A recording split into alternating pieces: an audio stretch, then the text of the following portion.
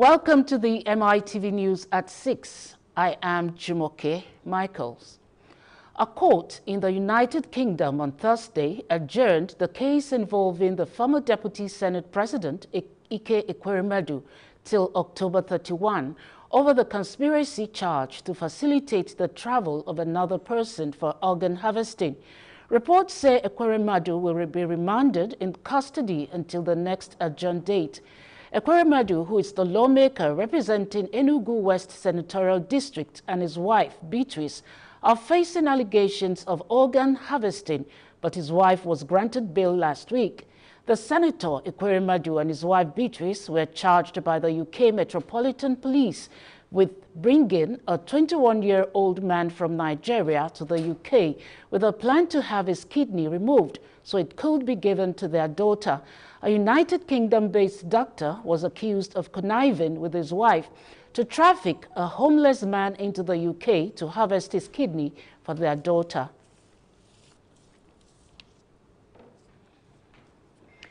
Back here in Nigeria, former President Dr. Goodluck Jonathan has explained again why his administration introduced the Almajiri Schools program in the northern part of the country, stating it was meant to integrate Western education into the Islamic education curriculum as a means of equipping the pupils with relevant skills that would make them employable.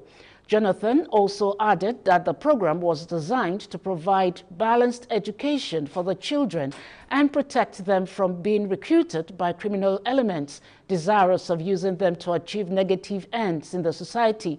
The former president, who stated this on Tuesday in Abuja at the opening session of the Africa Region International Leadership Conference 2022, organized by the Universal Peace Federation, also urged world leaders to promote policies, programs, and initiatives that would bring peace and harmony to our world. To politics, the Independent National Electoral Commission, INEC, will scrupulously apply laws, particularly the Electoral Act 2022, without fear or favor to ensure free, fair, credible, inclusive, and transparent elections in 2023. The INEC chairman, Professor Mahmood Yakubu, made this known in Abuja at the 4th Memorial Lecture in honor of late Director General of the Electoral Institute, Professor Abubakar Momo, who died on May 29, 2017. Yakubu, who was represented by Professor Abdullahi Zuru, National Commissioner for Chairman and Chairman Board of Electoral Institute, assured Nigerians that INEC has no preferred party or candidate, but shall only ensure that all valid votes count and the winners are decided solely by the voters. The INEC chairman said that as the 2023 general elections draw near, it was imperative for all stakeholders, especially the political parties, to note the major features introduced by the new Electoral Act 2022. Still on politics, a former presidential aspirant of the New Nigeria People's Party, NNPP, Olufemi Ajadi Oguntoyibo, has emerged as the party's governorship candidate in Ogun State. Oguntoyibo emerged through unanimous votes by the party following the disqualification of the two factional governorship candidates, Ezekiel Fayoyin and Kazim Jaki Aduni, by the party's internal organ, announcing Oguntoyibo as the winner after a voiced vote at the primary held at the party's secretariat in Abeokuta. The chairman, electoral committee, and returning officer of the party, Abdullahi Tukur Dogonama, said the party acted in line with the INEC substitution provision of candidates. NNPP chairman Olakposi Ogini said the situation at Sango Ota axis in the state is not what citizens pray for, stating that it denotes there's no government in the state. By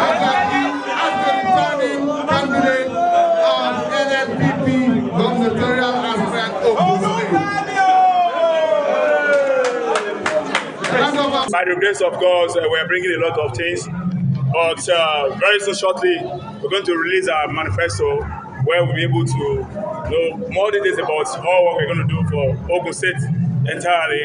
But if we should look into atmosphere and the situation of the roads of our state, you should know that aside of the state capital that is in good shape, it's not even in good shape 100% that we can talk about as good roads.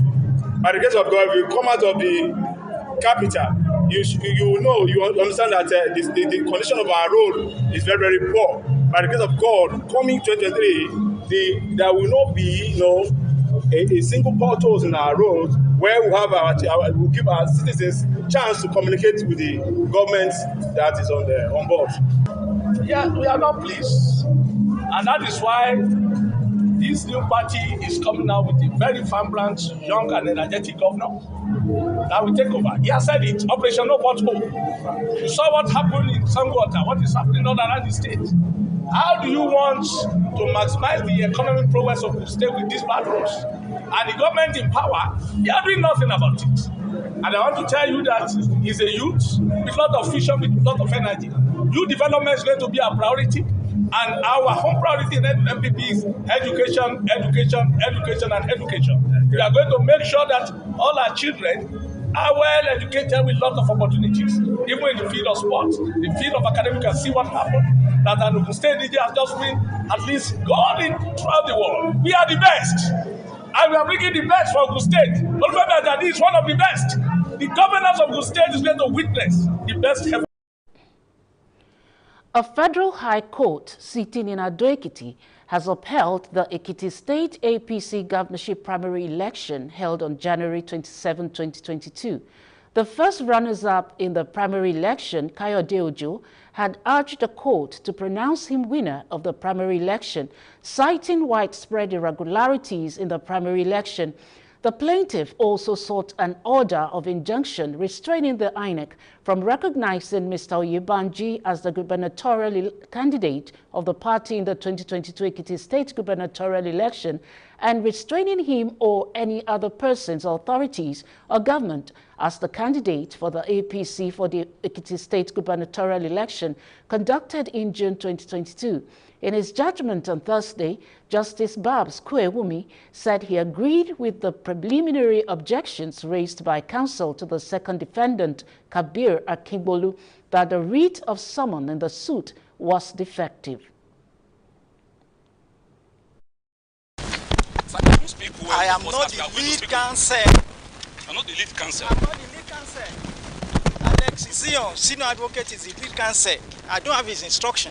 Please. It's a good judgment because once the foundation is very weak, there is no how the edifice will crumble. So before any house could be built, you have to have a very strong foundation.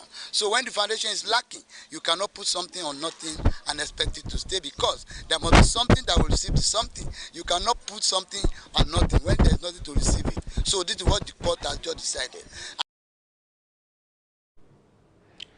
Governor Babajide Sanwo-Olu says his administration will continue to promote press freedom and good corporate governance, urging media practitioners to always regulate their activities in the digital space. The governor stated this at the Nigerian Guild of Editors workshop themed Journalists and Digitization, the Imperatives of Good Corporate Governance. He noted that ensuring good corporate governance and self-regulating the digital space will completely eradicate false and fake news. Governor Sanwo-Olu said digitization is the new order which has come to stay, as his administration would continue to provide enabling environment for journalists in the state. President of the Nigerian Guild of Editors, Mustafa Isa, said digital technology has provided room for breaking news for journalists to create online sites to become competitive and open source of income. To say that regarding my view about corporate governance is also to ensure that this digital space will eradicate the era, or will eradicate completely within the profession false news and fake news.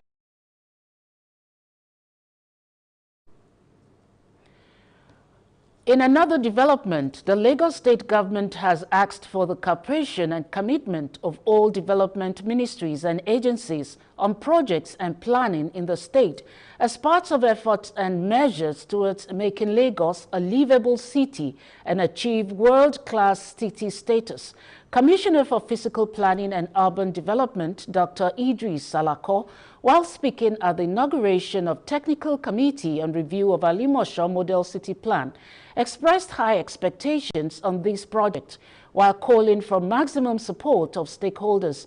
The commissioner, who was represented by the Director of Technical Services Development, Biola Aliyu, has advised representatives to be passionate on the roles assigned to them.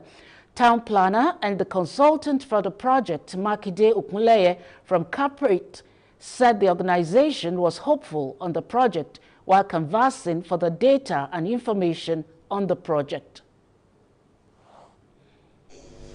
The award for the review of the plan was contracted to a reputable fiscal planning and land use advocacy consultant, Messrs. Corporate Castles Limited, whose attention was drawn to the physical and environmental issues inherent in the project area, to include perennial flooding, wetland encroachment, indiscriminate waste disposal and management, lack of open spaces for leisure, among others. The preparation of that Alimosho Model City Plan, we've been getting a lot of reports from the public that there is disturbances, and you know, when we prepared a plan, we need a feedback, and as we are receiving that feedback, it gives us a signal that we should review, because that signal, that complaint, that comment from public should give us all the thematic groups the necessary data they need, and once they get the right data, then you can move forward. The data is going to form the basis of the plan we are going to prepare, because it's the information we have on the road, on transportation, water supply, drainage, and everything that will culminate to the plan. So we are very hopeful and very happy that we are having this level of cooperation at this stage, because once we get it right from the beginning, we hope that we'll be able to achieve the. A group of young political enthusiasts known as Bola Ahmed Tinubu Youth Orientation Network, BATION, organized a conference to educate Nigerian youth on the principle of fair play and the need to ignore propaganda when voting in 2023. Speaking at the conference, Special Advisor to the Governor of Borno State on Job Creation and Youth Empowerment, Honorable Christopher Godwin Akaba, said Nigeria is at a point where the choice of a leader will make a difference in 2023. Highlighting the many qualities of Asiwaju Bola Ahmed Tinubu, the APC presidential candidate and his vice presidential candidate, Alhaji Kashim Shettima, he advised the young people to pay attention to their achievements and strides while in office, assuring that the duo will do much better if elected in 2023. Asiwaju Bola Ahmed Tinubu's presidency, with that of my political mentor, Senator Kashim Shettima, as his running mate, will usher in the desired political climate that the country needs for its rapid socio-economic growth and development. Asiwaju Bola Ahmed Tinubu and Senator Kashim Shettima have what it takes to move Nigeria to the promised land. Bola Ahmed Tinubu took Lagos State to the position it is today. The mega city, not in Nigeria, but in Africa. The largest capital city of Africa. The biggest commercial city in Africa. And today, the biggest market in Africa. Every investor of the world wants to market in the place called Lagos. I want to tell you something that people say, they do say that, oh, Nigeria is the biggest market in Africa.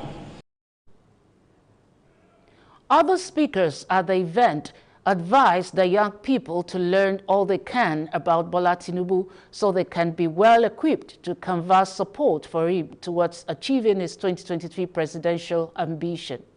Wrong assumption to think that a particular party that have the challenge do not have the solution to put that challenge behind us. My own estimation is that APC candidate Bola Ahmed Tinubu with the VP Shetima have the capacity to work this problem through us based on all the things that I've said. And I need to also look in that direction as well. Anybody can have ideas. Nigeria is not does not have a shortage of ideas. Ideas are plenty, let me put it. But the truth is, we need people who can translate ideas to structures, who can translate ideas to results with evidence. And Bola Ahmed Tinubu is that man who has done it for Lagos and can do it for Nigeria. The National Drug Law Enforcement Agency on Thursday destroyed and set ablaze over 560,068 kilograms of assorted illicit drugs, the largest to be destroyed in the 32-year history of the anti-narcotic agency, leading other top officials of NDLEA, other security agencies, and members of the public in the burning of heaps of the illicit drugs in Lagos. Chairman of the agency, Brigadier General Muhammad Buba Marwa, retired, said the exercise is a strong message to drug barons and cartels that they'll continue to lose their huge investments in the criminal trade if they fail to back out and look for other legitimate businesses, while assuring that the agency will not only focus on drug supply reduction. He said, and I quote, "We are equally broadening our drug demand reduction efforts and especially working hard on drug use prevention programs." End of quote. In line with the state government's resolve to achieve a safe, serene, and cleaner environment free from traffic infractions with maximum degree of civility and professionalism in the state, the Lagos State Environmental and Special Offences Enforcement Unit Task Force has launched rebranded tactical jackets for easy identification of officers, men, and paramilitary officers attached to the agency. The new branded jacket, which comes with identification numbers, became necessary for easy identification of men and officers during traffic enforcement for compliance activities in view of growing impersonation of the unit's officers by imposters who are dragging the good name of the agency in the mud. The branded tactical jacket with unique identification number is designed to curb the incessant use of the agency's name to defraud innocent and unsuspecting members of the public of their hard-earned money. In a statement, the chairman of the agency, Shola Jejeloye, said the step following calls and complaints from the agency received via social media handles of imposters who carry out nefarious activities and extort innocent citizens of their hard-earned money. The Lagos Waste Management Authority, LOMA, has warned against unwarranted attack on its workers carrying out lawful duties of waste evacuation during the day or night time. The managing director, Ibrahim Odumboni, gave the warning against the background of a reported attack by suspected miscreants on the LOMA team on night duty around Lagos-Abeokuta Expressway. He indicated that any such attacks again would be met with stiff official reaction, including prosecution, to deter such offenders. Odumboni expressed disappointment at attacks on LOMA workers on official duty, pointing out that it was unacceptable and inhuman. Odumboni urged the public to always cooperate with LOMA workers, including the PSP operators, to keep the environment clean for the good of everyone. Up next are stories from the foreign scene after this break.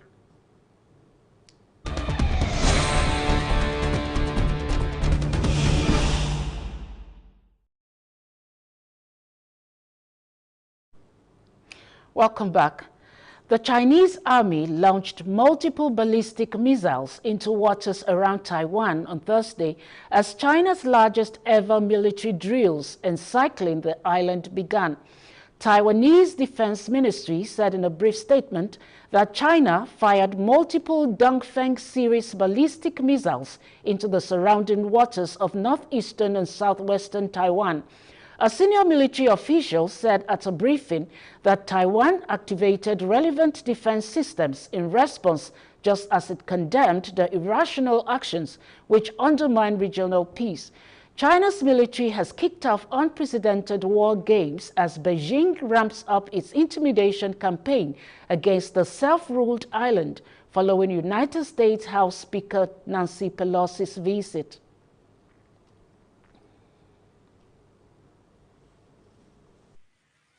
Well, this year is particularly sensitive for Xi Jinping because he is seeking a third term as the leader and the chief of Chinese Communist Party state, essentially. So the last thing he wants is to appear weak or undermined, not least by the United States. And it's beyond just this year. Going ahead to 2049, he has made reunification with Taiwan a historic mission and part of the greater goal of the greater rejuvenation of the Chinese nation. So for Xi, Pelosi's visit requires a strong Chinese response. If not, he will come across as weak. The Taliban says it's investigating a claim by the United States that it killed Al-Qaeda leader Ayman al-Zawahiri in a drone attack in Kabul, indicating the group's leadership was not aware of his presence there. The U.S. said it killed al-Zawahiri with a missile fired from a drone while he stood on a balcony at his Kabul hiding place on Sunday. The designated Taliban representative to the United Nations, Suhail Sahin, who is based in Doha, told journalists in a message that the government and the leadership wasn't aware of what is being claimed nor any trace there. UN Secretary-General Antonio Guterres has called for oil and gas companies to face special taxes, saying it was immoral for firms to be profiting from the crisis. His comments come as surging energy prices sparked by the war in Ukraine push industry profits to new highs. Russia's invasion of Ukraine in February has worsened a global shortage of oil and gas, disrupting access to oil and gas from Russia, a major supplier, and driving prices higher. Together, four of the biggest energy firms, Exxon, Chevron, Shell, and Total Energies, earned nearly $51 billion in the most recent quarter, almost double what they made in the same period last year. It is immoral for oil and gas companies to be making record profits from this energy crisis on the back of the poorest people and communities and at a massive cost to the climate. The combined profits of the largest energy companies in the first quarter of this year are close to $100 billion. I urge all governments to tax these excessive profits and use the funds to support the most vulnerable people through these difficult times. And I urge people everywhere to send a clear message to the fossil fuel industry and their financiers that this grotesque greed is punishing the poorest and most vulnerable people while destroying our only common home, the planet. Ukraine has deepened a counter-offensive in the south of the country in the 23rd week of the war, striking Russian garrisons and ammunition stockpiles, forcing Russia to bring in reinforcements and weakening other fronts as a result. Ukraine also scored a diplomatic victory. Russia has agreed to lift its blockade of Black Sea ports to allow Ukrainian grain exports, while Ukraine estimates will bring in $10 billion in much-needed revenue. Ukraine likely lost territory on its eastern front, including a key defensive position near Donetsk city, while an explosion in a Russian prisoner-of-war camp in occupied Donetsk killed an estimated 50 Ukrainian soldiers in what Ukraine describes as a war crime. You're still watching the news at 6. We'll be back for the sports stories after the break.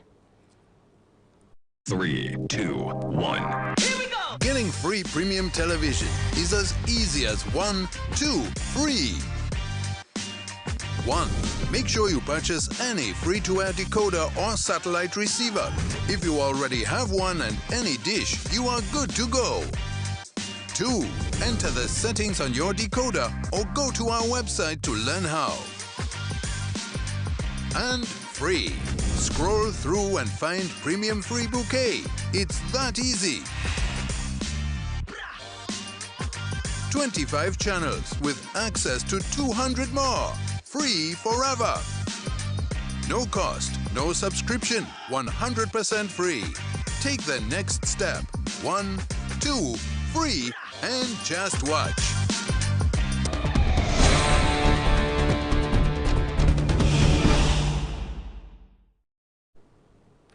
Five Nigerian athletes, Ife Chukwude, Ikpeoyi, Faith Obazoaye, Nasiru Sule, and Isa Ogunkunle, have qualified for the semi-finals of the para table tennis event of the 2022 Commonwealth Games in Birmingham. Ikpeoyi, a debutant, first secured her place in the women's singles 3-5 after finishing second in her group. But another Nigerian, Chinenye Obiora, was unlucky as she failed to book her place in the last four. Obazoaye, a silver medalist at the 2018 edition, has also secured her spot in the semi-final of the women's singles classes 8 to 10 after placing second in her group. Chelsea on Thursday signed promising teenage midfielder Kane Chukwuemeka from Aston Villa on a 6-year contract. The team announced on Tuesday that they had reached an agreement for the transfer and that the England youth international had been given permission to travel to London and discuss personal terms. Financial details of the transfer were not disclosed, but British media reported the deal was worth £20 million. Chukwuemeka joined Villa's academy from Northampton Town in 2016 and made his senior debut in 2021 and played 12 times in the league last season as the Birmingham-based club finished 14th. Chukwuemeka becomes Chelsea's fourth signing of the current transfer window.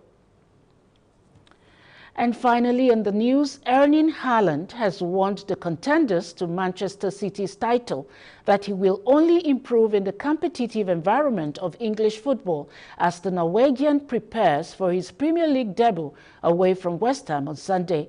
Haaland is the marquee arrival to the Premier League from over £1 billion spent by the 20 top-flight English clubs so far this summer. The 22-year-old had his peak of top clubs after scoring 86 goals in 89 games for Borussia Dortmund, but said the demands of playing under Pep Guardiola was behind his reason for choosing City.